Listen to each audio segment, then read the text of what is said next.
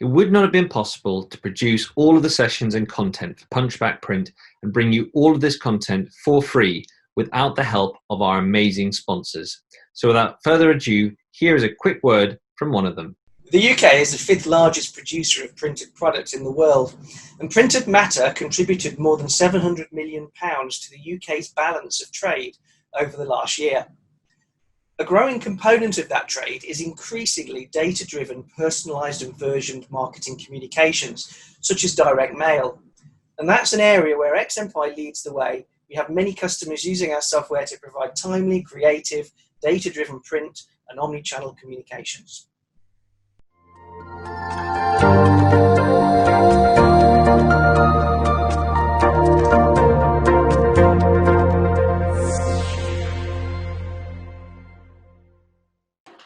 Okay, hopefully you can all see me and or hear me.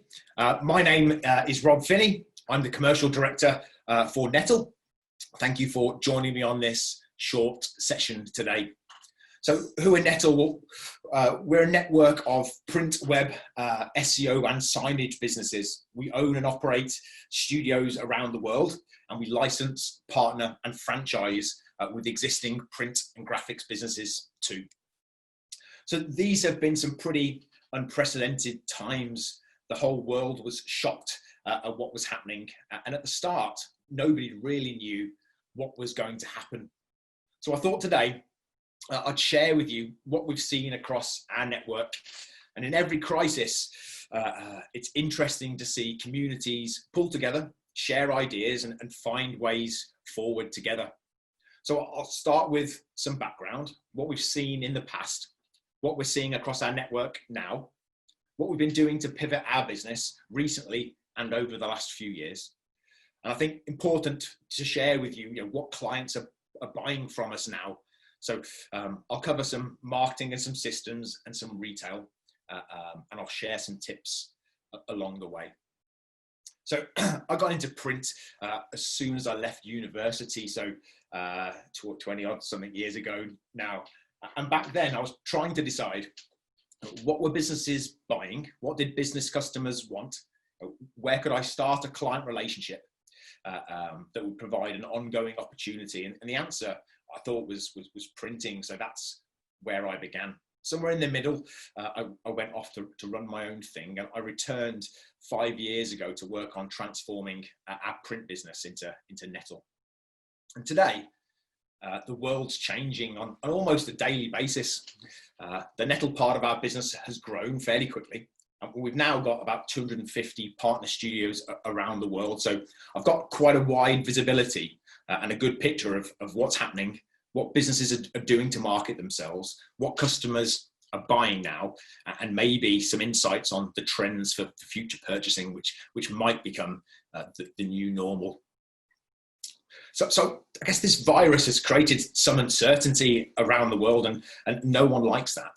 Our teams in the States, Australia, New Zealand, and other parts of Europe were particularly shocked. But I think over here in the UK, we've been dealing with Brexit over the last few years. So I guess none of us have had economic certainty for some time. And like we have, you've all probably been thinking and reacting to uncertain times for a while, whether that's your supply chain, clients' budgets, customers' needs changing. And I think the truth is, this pandemic is going to hurt a lot of businesses. Many printers and print shops will close, and a lot of our clients' businesses might not survive either. And the print industry has been changing, and our approach on how to stay relevant to clients' needs and adapt has probably been different to many of the others. And I think all that's really happened over the last 3 months has been an acceleration of the challenges that have been happening in the print industry for many years. This virus has just amplified it and sharpened our focus. And to me, the print industry has been under siege for a while. There have been new challenges to the traditional model. And I think everybody on all of these sessions has probably been thinking about it, how they can change and adapt. So I thought I'd share our approach with you all today. My first big scare and the old fear, I guess, was the emergence of online printers, and this damaged the sales from our print shops and agencies. web to print solutions became the potential answer, and the market lurched towards that several years ago. We all wanted it. We all thought it was going to save us. And I guess if you couldn't help your clients self-serve, you'd likely lose them. Or if you could retain them in an offline experience, then the operating costs, humans and shops, resulted in wafer-thin margins and effectively a race to the bottom in terms of price point. So we thought there was maybe a bigger picture to deal with. So for some perspective, if we go back in time to the year 2000, that's when our story started. And back then we were all being entertained by playing Snake on our Nokia phones. And our business was opening print shops on the high street, normally prominent locations, a couple of kids and some Macs inside them with centralized production. So we floated on the stock exchange. We scaled pretty quickly, opening our own stores and then via franchising. And the reason we did quite well is something that you'll all be familiar with. We were pretty early pioneers of batch production, and centralizing the manufacture meant we were sharing the cost, we were working efficiently, and it gave us a higher quality product for a low market price. And I'm going to mention the benefits of centralizing a few times throughout the next 20 minutes. And probably like you, our clients usually trusted us with something simple like a business card first. And when we did well with that, we'd get the opportunity to move on to the bigger things. And it worked for us because we were providing the first thing that businesses needed. Maybe a hair salon would open up across the road from one of our studios, and the first thing they wanted, appointment cards and price lists. So they came to us as the local printer, and their spend grew with us as their business grew too. And SMEs are still using print and loads of it, and we still sell loads like we always have. 10 years on from our start, we were still growing pretty quickly. Our studios and partners, they sold mostly litho print because that's what businesses really needed at the time. You can see there it was the majority of our revenue. But more recently, things had started to change, and the new hair salon that opened across the road from our studios now, the first thing on their minds, well, it wasn't appointment cards, it was a website. So our business couldn't service that need. So we'd refer them to somebody in our networking group or somebody that we knew, and we expected them to come back to us when they needed print. And the website might be something they'd design themselves or get a kid to do who was good with computers. And the first thing we would hear about it was when they sent us their artwork for the leaflets, and it was RGB, 72 DPI, or worse, we didn't even get the crappy file. The kid just took that file, said to the client, look, I can send that to one of the online printers that I mentioned earlier. And for my business, the client was gone for good. So we had this nightmare thought. Not only were we losing potential revenue from the web sales that we couldn't service, but we had loads of customers going elsewhere to try and find the thing that they wanted. Maybe they wouldn't come back. So we thought, well, if clients want the website first, we should probably lead with that, because whoever does the first thing gets the shot at doing the next thing for the client. Maybe doing the website would mean we're more likely to keep the print on our presses.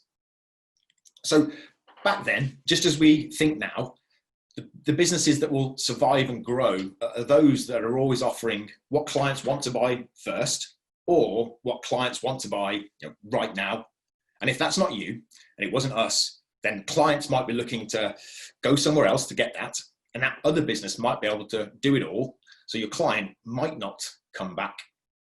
So that the first step was to be brave, admit there's a problem, and start doing what needs to be done back then, and even more so now. Because we all know plenty of businesses that didn't identify client change, didn't transform, and then ultimately did disappear. Kodak, they identified the change in their market. They invented the digital camera, but they kept their core business centered around selling and processing films. So they took the first brave step, but they didn't follow that up.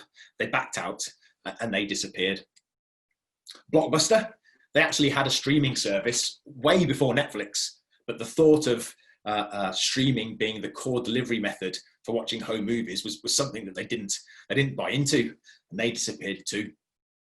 And Netflix, well, they started by launching a DVD by post service, but they identified the change, transformed into digital streaming, and now they've been so successful, they're making their own movies and their own box sets too.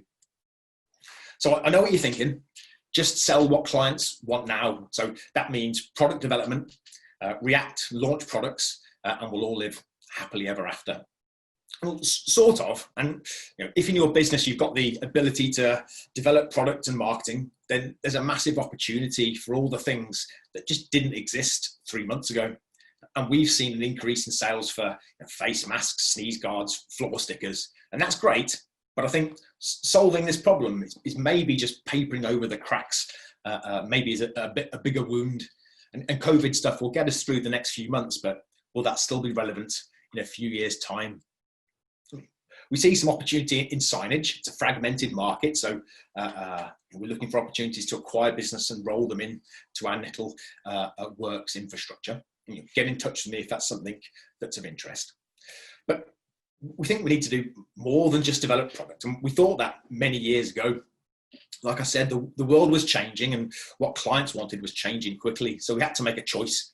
Do we double down on print and focus on the short run, personalized on-demand market that was growing quickly? Or did we try and do something a little bit bigger? So we chose to go big. We know we needed to pivot to keep the print work coming onto our presses and to keep our business relevant to our clients. So over one weekend, we took down all the printing signs on our shops, put Nettl signs up. And of course, we could have just put some posters up in the window saying, we do websites. But I think from a client's perspective, buying a website from a printer feels like buying a new pair of shoes from the dentist. It just doesn't feel quite right. So we changed our interiors too and made them not look like a print shop and make them look more like a gallery or a design studio. We wanted to create a creative place where clients would talk about ideas, not invoices, marketing plans rather than print prices. And it started to work.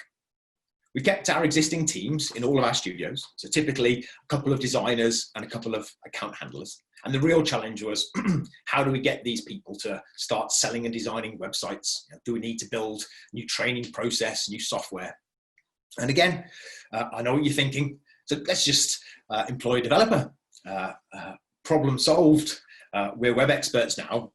But what we find is that the developer pretty quickly finds themselves in demand. They get more expensive.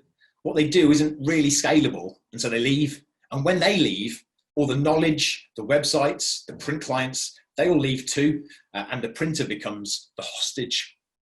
So we had to figure out a way to do this in our stores with the staff that we already had, the people that we were paying, the boys and girls who were designing booklets and leaflets. How do we make it easy for them to do websites too? And how do we make it so that all that information is in one place, in one system? The billing cycle, the domain, the payments, all the projects, all linked into one place. So we spent some time and money developing the software that did this. And one by one, our existing stores and franchisees started changing to Nettl. They followed what we did, and they started doing websites and growing their print sales too. It felt like we got something right and we were onto something good. So we launched a partner program. Existing printers, designers, agencies bolt on our software and start doing web for their clients simply and easily. All different shapes and sizes, mostly printers, but some agencies, web agencies, sign makers, one-man bands through to massive print shops. The thing they had in common was they all sold lots of print. And look, we still sell a lot of print today, but it's just that customers, they want more, they want to present themselves online too. And as a minimum, that might be a responsive website. And once we've solved that problem, we talked about how to promote that website and promote their business. And a lot of the answers were print. So we were keeping that opportunity within our network. We had clients who owned coffee shops. We used to produce all of their posters, leaflets, and menus, but we started losing them to online printers because they could self-serve their reorders once the design work had been done. But we won them back when they couldn't self-serve the website functionality that they wanted, maybe a click and collect system. And this would give the opportunity to pitch and win back all that print work as part of a package. We've seen a bit of a boom with clients wanting their websites to do more recently, take online bookings and sell online, click and collect and take payments. And maybe in a coronavirus world, it seems likely that more businesses are going to want to invest in their online world as they do less in a face-to-face environment. In terms of the market, sure, if Mark Zuckerberg walked in and asked us to rebuild Facebook, maybe that's not the thing that we can help with. And all the guys who are maybe building their first website, DIY in Wix or GoDaddy, maybe we're not there for them too. But our sweet spot's right in the middle of what we consider the small to medium-sized business e-commerce market. So in the first year of our new project, we did start to do more web, but the majority of our turnover still really focused on print. So the idea was starting to work. And doing web created loads of problems. How do you price it? How do you do the complicated things you don't know? What do you do when you get stuck? How do you even present a quote to a client? Because every site starts with a proposal, but before you can charge, before you know how much to charge for it, you need to know how to actually do it.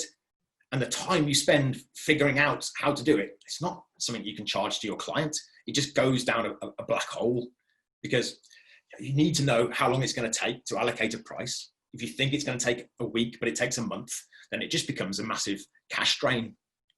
So we thought there must be a better way, a way that we can centralize some of this. So we employed a centralized team of gurus, we call them geeks, and they're there to help solve the common problems, help do the things that we don't know how to do, help the designer do the codey bit once they've made it look pretty. They lay down the tracks and the recipes, like a website cookbook, which means our designers can follow them.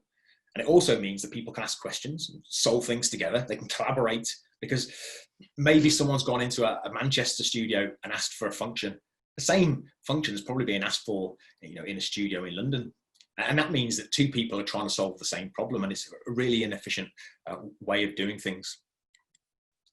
So now when we meet clients, we start with a known solution, a known outcome, and a known price, and it's made it much easier for us to get traction. And once the site was live, clients would ask how we can help them promote that site. And of course, we're all thinking, well, we can print things. And that's great, because clients do need that. But the reality was, clients wanted to talk about online promotion first, I guess, for some crazy reason. They thought it was sexier to talk about SEO than to talk about print. So we quickly centralized that too, got a centralized team of SEO experts, which meant that our partners and studios could sell it and manage the client, but the heavy lifting was done for them, just like we used to do with our centralized print production. But this is different, because this is creating a subscription. This is an ongoing payment. Sell it once, get paid every month. And that's pretty hard to do with design and print, but much easier to do when you're talking about web and digital solutions. So this got us fascinated with subscriptions. How else can we do this, where you sell something once and get paid every month? And maybe that starts with hosting. Maybe it's only 10 or 20 pounds a month. It sounds small, but they start to stack up. And sites need to be cared for and updated. So maintenance and updates becomes a thing, 50, 80 quid, depending on the size and complexity of the site. So these start to add up too. SEO campaigns maybe start from 200 up to 1,000 to get client sites ranking well in Google. So you can really start to build some serious ongoing subscription revenue to detract from the need for manufacturing. So you might be thinking, is this just all about web? Are we trying to exit from print? Well, it's absolutely the opposite. Everything we've done so far has been with the aim of getting more print from our clients. The web, the SEO tools, everything else. The print is our core, and the other things are just trying to bring people into our ecosystem so they ultimately buy our core product. And I think Apple's probably the best example of diversification to supplement a core product. They developed and launched the iPhone, the iPad, Watch, iTunes, Apple Music, but their core is still selling computers, and that's what they're looking to achieve. All the other things bring people into the Apple ecosystem with the aim of them ultimately selling a computer. So I mentioned product development earlier, and that's important. It needs to be quick to react. We invested in signage and fabric displays, and that gave us opportunities to grow our sales through that. And again, these are things that complement our core LIFO print range. So by 2017, with more partnerships, more studios, but things didn't stop changing. And there was another change, which was a convergence in the market. Online print sellers pretty much meant that any designer could now sell print. But really, clients told us they didn't have time to explain what they wanted to the web dude, to the print guy, to the graphic designer. They just wanted one creative relationship where they could get everything. They could tell somebody about their business once, and that person could deliver the website, the design, the printing things that they needed. And all of these things helped us keep the core business that we'd worked so hard to keep in the business. So we pivoted again. Now, to get the print, we needed to do all the things that clients wanted. That might start with a website and SEO. It might start with printing. So we needed to position ourselves as a place where we could do everything that the client might want. And it started to work. So I guess our encouragement for everybody is to try and diversify, have more routes to win new clients, and have more things to sell to your existing ones. So we built the software that meant it was easy for our teams to build websites, deploy SEO campaigns, and manage the CRM. We automated all the kind of boring admin stuff like billing, payments, file checks, and put all of that into one place. And we opened some more studios, and these became our beacons for our partners and franchisees. And these are the places where our teams do the centralized heavy lifting. So come this year, or last year rather, this is what we saw at one of our major stores. So the actual pound value of print, it looks small there, but it's remained the same as it always has. It's just the other things have added more revenue, more routes to clients, and more things that clients want. And it's been about increasing the share of client spend and being there for whatever the client wants so that we can start their journey with us and then steer them through all the different components, ultimately ending in us maintaining their print spend. So sure, some things are hard, but they're only hard until you know how to do it. So starting with a learn then do attitude has helped us build up people's skills. No one knows everything at the start, but we can slowly start edging them towards what they need to know in a step-by-step way. So now we had all the software that made it easy to sell web, SEO, and print. We had the tools to build and design in a simple way. And we'd automated all of these touch points, including all the printing things too. So automatic file checks, automatic proofing, payment collections, invoicing, all pushing into accounting packages, which meant our humans were free to really focus on winning new clients. And that revolved around marketing. And you've probably all said it to yourselves. You spend all your time thinking about your clients' marketing and never time thinking of your own. So we centralized that too, creating campaigns every month for our teams and our partners and our clients to use. And then we scaled that as quickly as we could. And we think it's essential, absolutely essential at the moment, not to become invisible. It's the wrong time. So staying in touch with clients, keeping front of mind has never been more important. So we put all that content together. You can co-brand it, edit it, reach out to clients and stay in the forefront of their minds. We also created things to use in stores, point of sale campaigns, trying to build up some rich brand tools. But over the last couple of months, I think it's pretty important not to try and sell to clients. It's too uncertain. So we've been trying to adjust our content to make it feel a bit more human. We've been talking about masks, which send contributions to the NHS, which makes us look good, makes our brand feel special, and makes our partner businesses look good in their communities. We know that people have been working from home. We know they have kids. We know kids are a distraction. They're bloody loud. So we've created some other digital collateral that people can give their bored kids. Again, it creates donations to charity when their kids upload stuff. And it's easy to panic. And how can we help people bring some calmness? Well, we've been creating some playlists and sharing those too. And it all keeps us front of mind with clients, makes us look human. So I've said lots of times today, to survive, you need to be offering and selling what clients want now. So if we look back in April, just when things really started leaping into change, we can see that for our leading studio here, print had taken a bit of a back seat. web and SEO had taken over as the things that clients wanted. And of course, we had some COVID signage sat in there too. And I looked at the workflow for that same studio this morning, and these are the results that were there. So print slightly increased, but only very slightly. Signage and COVID products are now dominating, but remember, I don't think this is going to last forever. Web and SEO are taking up nearly half of everything we're now doing for clients. In July, we actually saw the highest ever recorded subscriptions for SEO, the highest level of website sales. And I think businesses have been thinking they can't get found on the high street, and they need now more than ever to get found online. And across that period, we've seen a 40% rise in website sales, record levels of deployment and revenue. And I think that's something that's likely to continue. It seems like the world's going to be a very different place. Clients were already switching budgets around. The product mix was changing well before this pandemic. And now that's just been accelerated.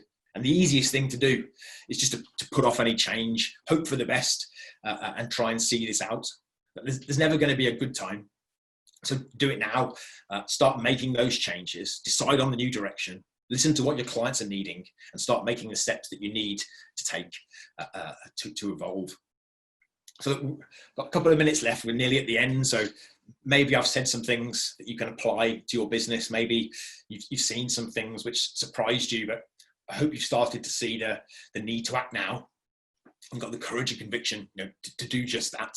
And with the right resource, skills, and a serious budget, you can reinvent yourself and do this for yourself, future-proof your business.